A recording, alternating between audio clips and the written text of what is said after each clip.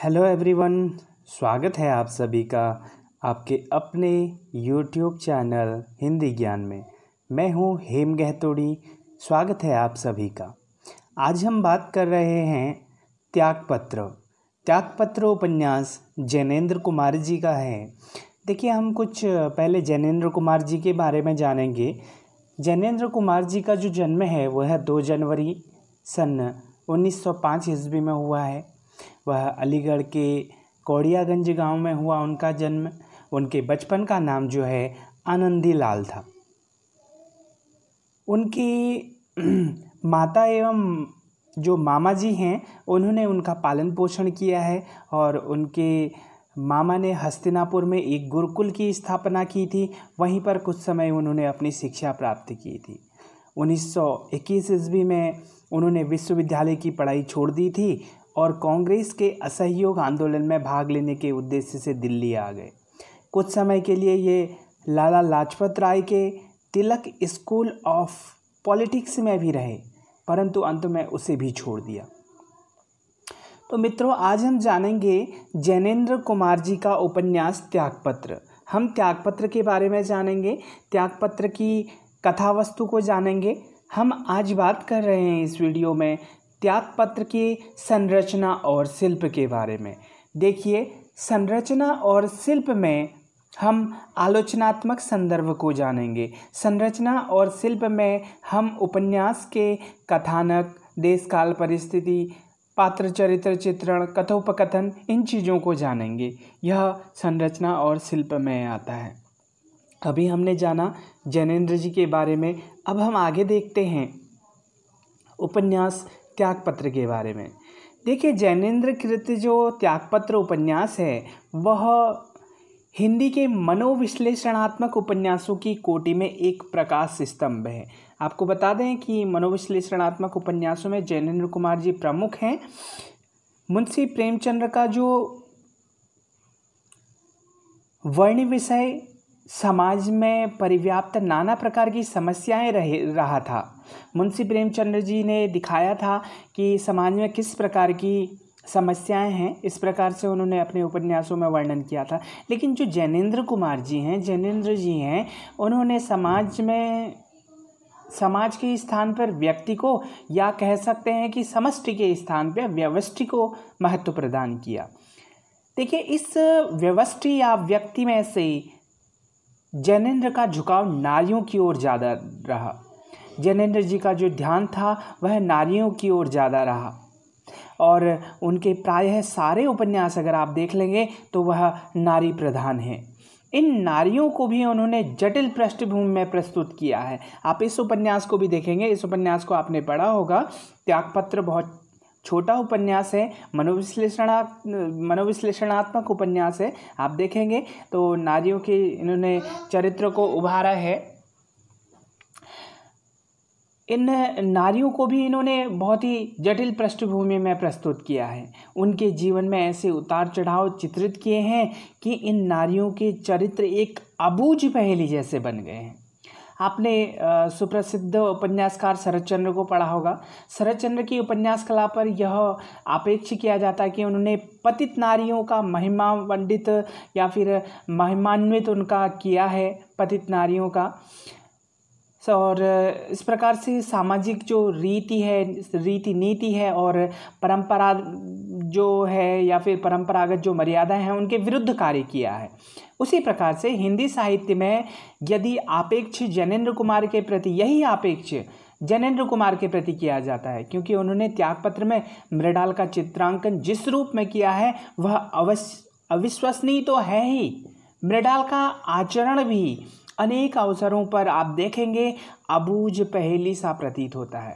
यह बिल्कुल सत्य है कि फ्राइडवाद की मान्यताओं के कारण नर नारी के आचरण प्रच्छन्न प्रकट काम भावना से अनुप्रेरित रहते हैं। लेकिन मृडाल के चरित्र की जो व्याख्या फ्राइडीय मान्यताओं के परिपार्श्व में भली प्रकार नहीं हो पाती है। देखिए आगे हम औपन्यासिक जो ये उपन्यास है औपन्यासिक बोल सकते हैं उसे, औपन्यासिक कला की दृष्टि से त्यागपत्र की सफलता और असफलता पर विचार करेंगे। अभी हम देखते हैं कि जो जैनेन्द्र कृत त्यागपत्र है वह हिंदी के मनोविश्लेषणात्मक उपन्यासों की कोटि में एक प्रकाश स्तंभ है।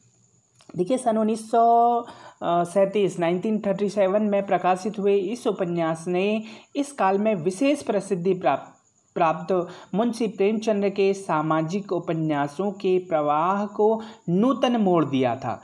बिल्कुल दोनों अलग अलग हैं। जैनेन्द्र की उपन्यास कला का जो श्री गणेश है वह यद्यपि प्रेमचंद काल के ही उत्तरवर्ती भाग में हुआ था, लेकिन उपन्यास क्षेत्र में जैनेन्द्र ने एक नवीन औपन्यासिक कला के साथ पदार्पण किया।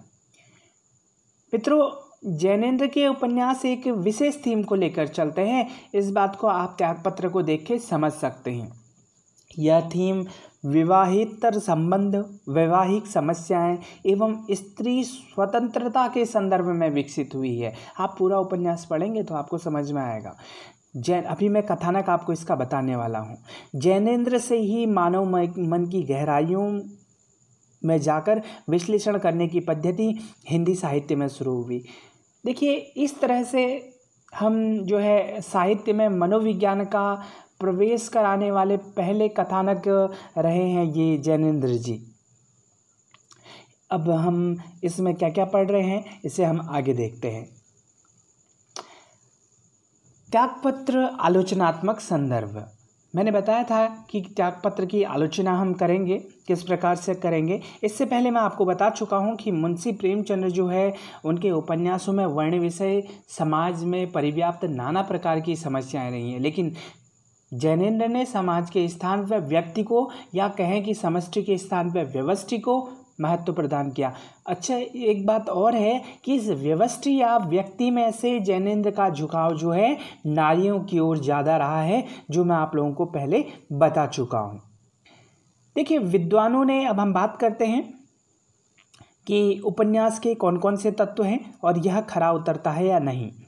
विद्वानों ने उपन्यास के 6 तत्व स्वीकार किए हैं। इसको आप ध्यान दे लेंगे। कभी भी आप किसी भी उपन्यास को आप पढ़ते हैं तो 6 तत्व विशेष महत्व रखते हैं। पहला है कथानक, पात्र, उसका चरित्र चित्रण, देश काल, वातावरण, योजना, कथोपकथन, भाषा शैली और उद्देश्य, या फिर उद्देश्य को संदेश भी कहा जाता है।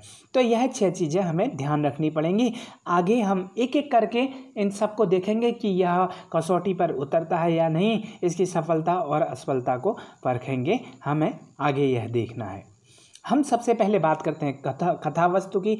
देखिए इसकी कथावस्तु अपने आप में महत्वपूर्ण है, क्योंकि यह इसका सारांश भी हो जाएगा, यह इसकी कथावस्तु भी हो जाएगी और पूरा उपन्यास पढ़ने से हम बच सकते हैं केवल कथावस्तु पढ़ने से। हम बात कर रहे हैं त्यागपत्र की। त्यागपत्र जैनेन्द्र जी का उपन्यास है। यह 1937 में लिखा गया है। कथावस्तु में हम देखेंगे त्यागपत्र की जो कथावस्तु है वह संक्षिप्त ही है। उसका विकास फ्लैशबैक पद्धति, पूर्ण दीप्ति बोलते हैं उसे, फ्लैशबैक शैली के माध्यम से किया गया है। उपन्यास का जो मुख्य पात्र है वह प्रमोद है, या कह सकते हैं जज एम दयाल हैं, जो अपने पद से इस्तीफा देते हुए उन कारणों का पुनरावलोकन करता है। जो हमारा यह उपन्यास है त्यागपत्र पूरा फ्लैशबैक पद्धति पर आधारित है।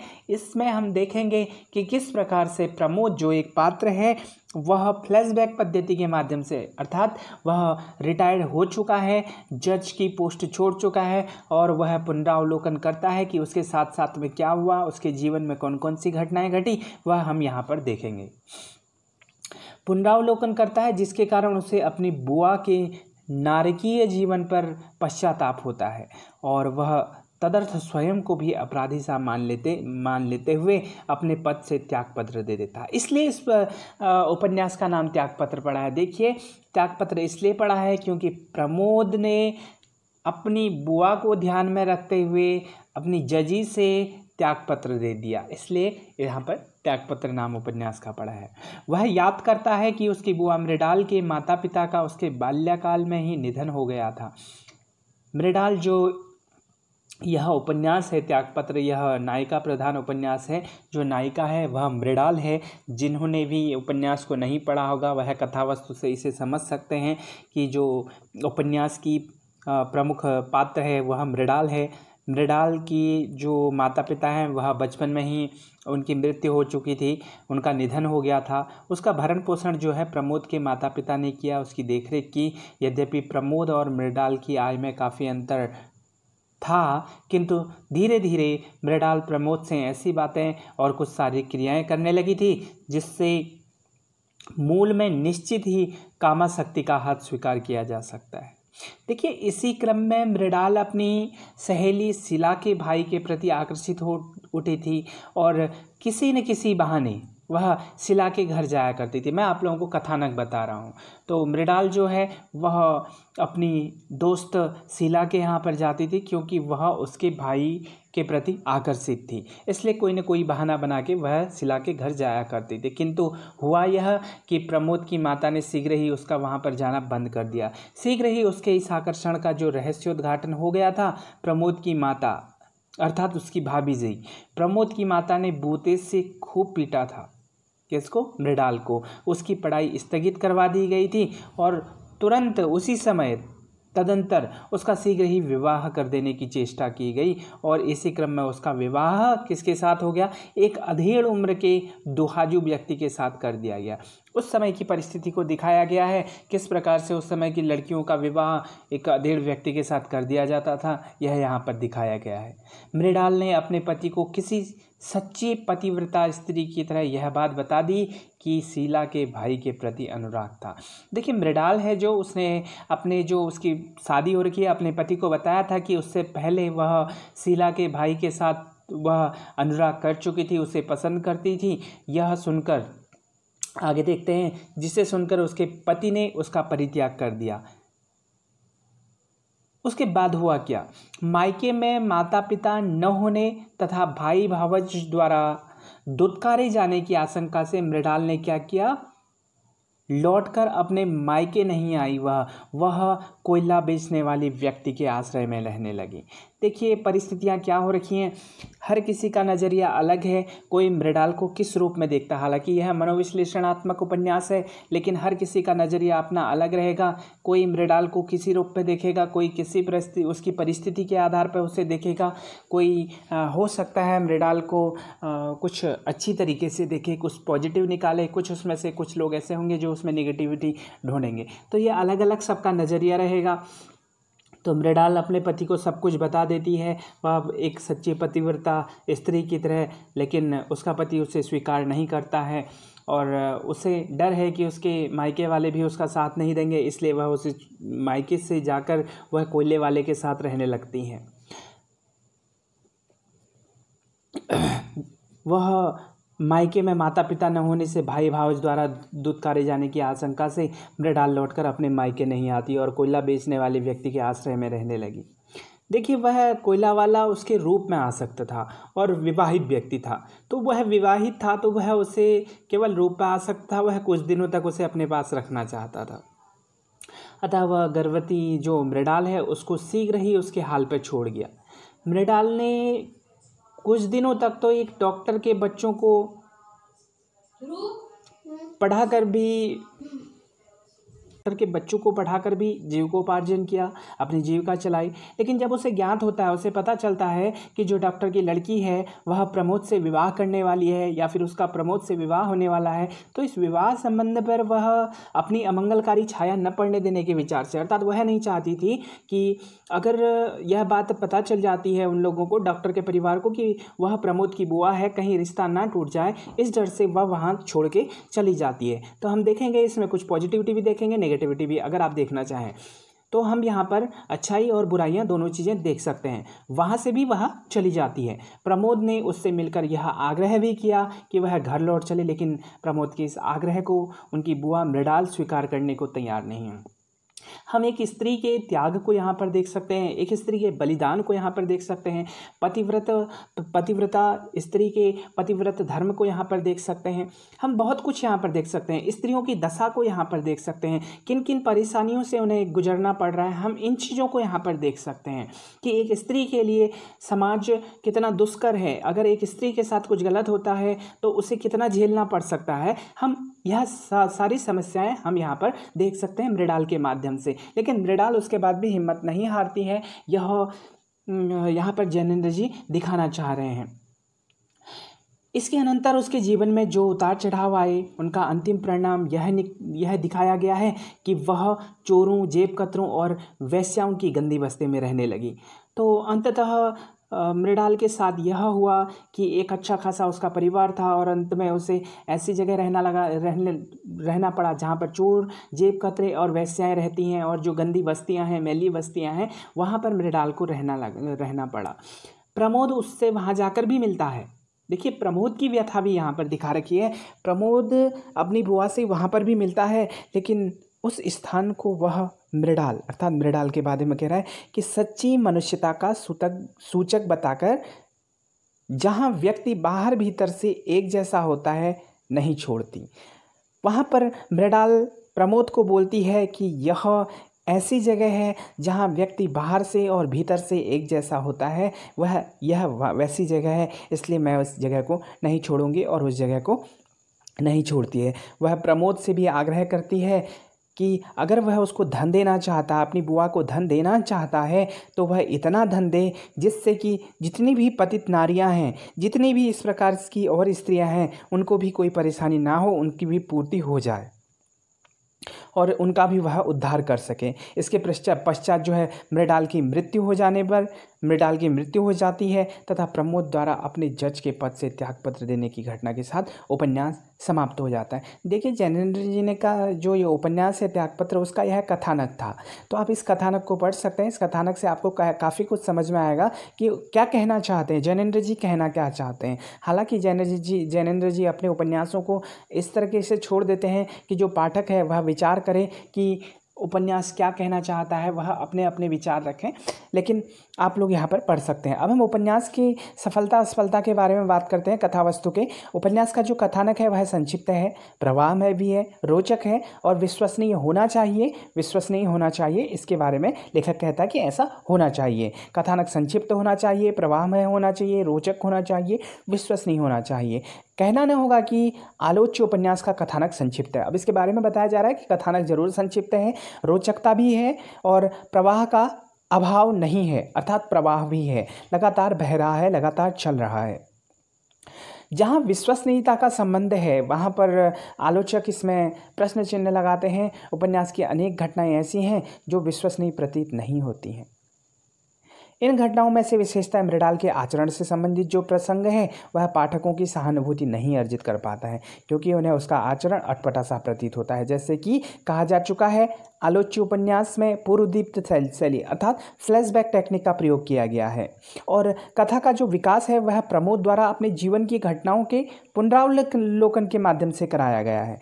देखिए, प्रमोद और मृणाल का जो बाल्यकाल है परस्पर संबंधित रहा था तथा बाद में वह जब तब मृणाल से मिलता रहता था। अतः मृणाल के जीवन पर भी इन मुलाकातों में ज्ञात हुई बातों का प्रकाश डाला गया है। तो ये हम देख सकते हैं, यहाँ पर ये कथानक के बारे में बताया गया। अब हम बात कर रहे हैं पात्र योजना व चित्रांकन की। किस प्रकार से पात्रों का चरित्र चित्रण यहाँ पर किया गया है। पाठ योजना एवं पात्रों की चित्रांकन कला की दृष्टि से आलोच्य उपन्यास अर्थात त्यागपत्र पर दृष्टिपात करने पर ज्ञात होता है कि इसमें दो प्रमुख पात्र हैं, जैसा कि अभी तक हमने कथानक में देखा, मृणाल और प्रमोद। अन्य पात्रों में मृणाल की सहेली शीला है, शीला का भाई है, मृणाल का दुहाजू पति है तथा मृणाल की जो भावज है और कोयले वाला है, यह उल्लेखनीय है। किंतु इन गौड़ पात्रों की योजना मुख्यतः कथानक को गति प्रदान करने की दृष्टि से की गई है। देखिए, एक या दो लोगों से तो उपन्यास लिखना संभव नहीं है, अगर लिखा भी जाए तो वह बोरिंग हो जाएगा। तो इसीलिए इसमें और भी पात्र हैं जो कथानक को गति प्रदान करते हैं। उपन्यास ने उनका चित्रांकन करने की ओर रुचि प्रदर्शित नहीं की है क्योंकि उनकी आवश्यकता नहीं हुई है। अब हम बात करते हैं मनोविश्लेषणात्मक उपन्यासों में। मनोविश्लेषणात्मक उपन्यासों में सामान्यतः पात्रों की संख्या कम ही होनी चाहिए, क्योंकि तभी उपन्यासकार उनका चरित्र चित्रण करने का अधिक अवसर प्रदान कर पाता है। इस दृष्टि से जैन ने त्यागपत्र में 2 ही पात्रों को प्रमुखता देकर उचित ही कदम उठाया है, ऐसा आलोचक मानते हैं। इन दोनों पात्रों में से भी उपन्यासकार ने प्रमोद का विस्तृत चित्रांकन नहीं किया है। देखिए, जो प्रमोद है वह मृणाल उसकी बुआ है। प्रमोद पूरी फ्लैशबैक में कहानी बता रहा है, कि इस प्रकार से हुआ, यह हुआ, वह हुआ। इन दोनों पात्रों में से भी उपन्यासकार ने प्रमोद का विस्तृत चित्रांकन नहीं किया है। वह भी मूलतः मृणाल के चरित्र के विभिन्न पक्षों के उद्घाटन का माध्यम मात्र है।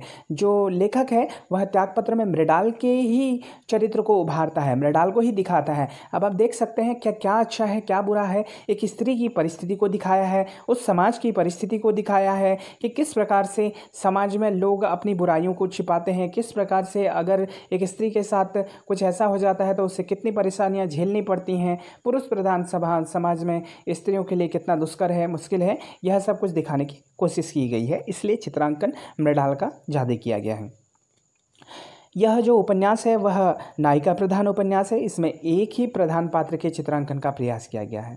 मृणाल का चित्रांकन उपन्यासकार ने इस रूप में किया है कि सहज रूप में पाठकों के गले नहीं उतर पाता। तो आगे हम देखते हैं। उदाहरण के लिए, सामान्य नारी कदाचित यह कदम नहीं उठा सकती। ये दे रखा है, इन्हें कुछ कथानक में दे रखा है कि किस प्रकार से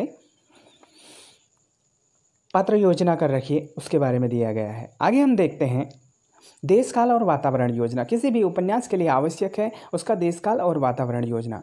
देखिए, उपन्यास के यह प्रमुख तत्व में माना जाता है।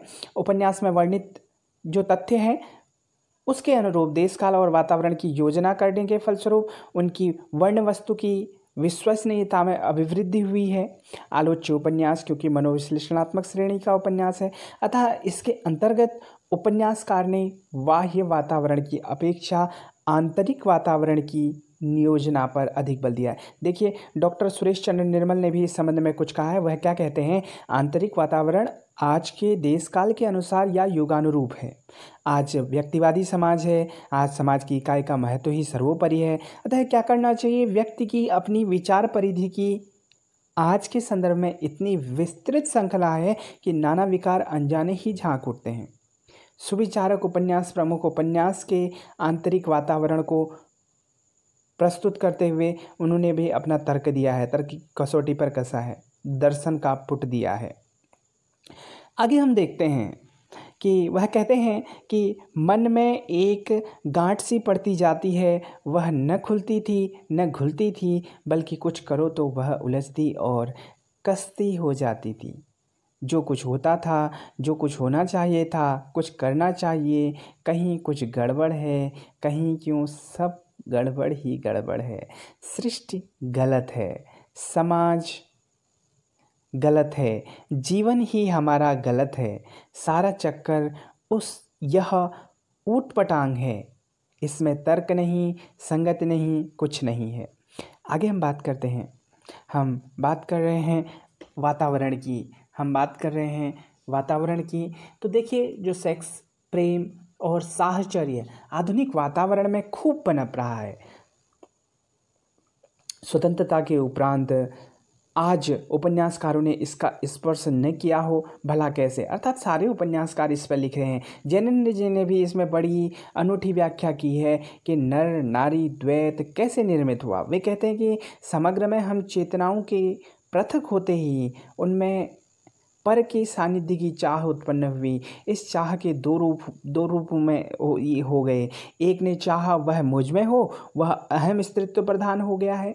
दूसरे ने चाहा मैं उसमें हूँ, यह अहम पुरुष युक्त हुआ। इस प्रकार से हम कह सकते हैं कि देश काल और वातावरण जो योजना है वह इस उपन्यास में त्यागपत्र में सफल है। आगे हम बात करते हैं कथोपकथन की। देखिए, कथोपकथन तो अत्यंत आवश्यक है किसी भी उपन्यास में। अगर कथोपकथन नहीं होगा तो किस प्रकार से कथा को आगे बढ़ाएंगे, किस प्रकार से उपन्यास को आगे बढ़ाएंगे। तो कथोपकथन के माध्यम से उपन्यासकार कथानक के छूटे हुए या फिर विलुप्त अंशों की सूचना पाठकों को दे दिया करते हैं। इस दृष्टि से जो कथन होते हैं, कथोपकथन को भी उदाहरण स्वरूप ग्रहण किया जा सकता है, जिसके माध्यम से उपन्यासकार ने पाठक वर्ग को इस तथ्य की सूचना दे दी कि मृणाल को एक कन्या उत्पन्न हुई थी जो मर चुकी है। इस कथोपकथन से इस तथ्य का पता चलता है कि प्रमोद अपनी बुआ को खोजते खोजते वहाँ के अस्पताल में भी गया था। देखो, जब उपन्यास चल रहा है, कथा चल रही है, तो वह उसे मालूम है कि उसकी बुआ की एक बेटी हुई थी और वह मर चुकी है। इसका मतलब कथोपकथन बताता है कि प्रमोद हॉस्पिटल भी गया था। देखेंगे हम, कथोपकथन का स्वाभाविक तथा वक्ता पात्रों की मनः स्थिति के अनुरूप होना भी आवश्यक स्वीकार किया गया है, जिनका आलोच्य उपन्यास के कथोपकथनों में पूर्णतः निर्वाह हुआ है। एक उदाहरण अवलोक्य है। तुम बड़े अच्छे लड़के हो, कौन सी क्लास में पढ़ते हो? 7th class. 7th क्लास, खूब। प्रमोद जाकर कहना, मैं अभी 1 महीना यहीं हूँ, समझे? मैं खूब समझ गया था। ये कथोपकथन समझाने की कोशिश की गई है, जिससे कि कथा आगे बढ़ती है। अब भाषा शैली की बात कर लेते हैं। उपन्यास की जो भाषा शैली है, वह भाषा शैली की दृष्टि से त्यागपत्र में जैनेन्द्र ने अपने अन्य उपन्यासों की भांति ही कहीं अतीव सरल तथा कहीं अत्यधिक सांकेतिक और गूढ़ भाषा शैली का प्रयोग किया है। शब्दावली की दृष्टि से उन्होंने भाव अभिव्यक्ति में सहायक, तत्सम, तद्भव, देशज, विदेशी सभी प्रकार की शब्दावली का प्रयोग किया है। उनके प्रायः सभी उपन्यास और कहानियों में एक जैसी विशिष्ट प्रकार की भाषा शैली का प्रयोग किया गया है। उसे पढ़कर तुरंत इस बात का ज्ञान हो जाता है कि यह जैनेन्द्र की रचना है। उन्होंने देशज शब्दावली का भी पर्याप्त सार्थक प्रयोग किया है। कुछ उदाहरण हैं, जैसे कि तू अब उसे कभी याद मत करियो, समझेंगे, करियो। देशज शब्दों का भी प्रयोग किया गया है। हम लोगों का असली घर पछाह की ओर था, पछाह से जैसे शब्दों का प्रयोग किया गया। देखिए, उनकी भाषा के संबंध में या भाषा शैली के संबंध में हम कह सकते हैं, देखिए हमारा जो भाषा शैली है वह इस प्रकार है कि उनकी भाषा शैली के संबंध में कहा जाता है कि जैनेन्द्र जी की भाषा शैली आत्मीयता और विश्वसनीयता के विशेष तथ्यों से संबंधित है। ठीक, आत्मीयता और विश्वसनीयता दोनों चीज़ें उसमें आपको दिखाई देंगी। आगे देखते हैं। भावों का समाहार, संक्षिप्तता और अपनत्व की प्रभाविष्णुता वहाँ विशेष रूप से विद्यमान है। भाषा की हम जब बात करेंगे तो भाषा दार्शनिकता के कारण सजीव होते हुए भी लाक्षणिक व्यंजना से कुछ बोझिल अवश्य दिखाई देती है। इसलिए अतः सामान्य पाठक के लिए लाक्षणिक व्यंजना एक गोरख धंधा भी बन जाती है, किंतु प्रबुद्ध पाठक के लिए, थोड़ा सा बौद्धिक झुकाव रखने वाले पाठक के लिए वह दुर्भेय तो नहीं ही कही जा सकती। अब हम अंत में कह सकते हैं कि जैनेन्द्र की जो भाषा शैली है वह सरल सजीव होते हुए यत्र तत्र दुरूहता लिए हुए है। दुरूहता मतलब कठिनाई लिए हुए है। त्यागपत्र जैनेन्द्र के उत्कृष्ट उपन्यास, मनोविश्लेषणात्मक उपन्यासों में से एक है। इस उपन्यास में, त्यागपत्र में, उन्होंने मृणाल के माध्यम से एक नारी के अंतर्मन की ग्रंथियों को उद्घाटित करने का प्रयत्न किया है। अंत में और प्रारंभ में हम यही कहेंगे कि जो मनोविश्लेषणात्मक उपन्यास है, इसमें जैनेन्द्र जी ने मृणाल के माध्यम से एक नारी के मन में, अंतर्मन में ग्रंथियों को उद्घाटित करने का प्रयत्न किया है कि एक नारी के मन में किस किस प्रकार से विचार उठते हैं, किस प्रकार से वह सोचती है, किस प्रकार से वह कार्य करती है, उसको यहाँ पर जैनेन्द्र जी ने दिखा दिया है। जैनेन्द्र जी का यह उपन्यास इसीलिए काफ़ी प्रसिद्ध है। धन्यवाद।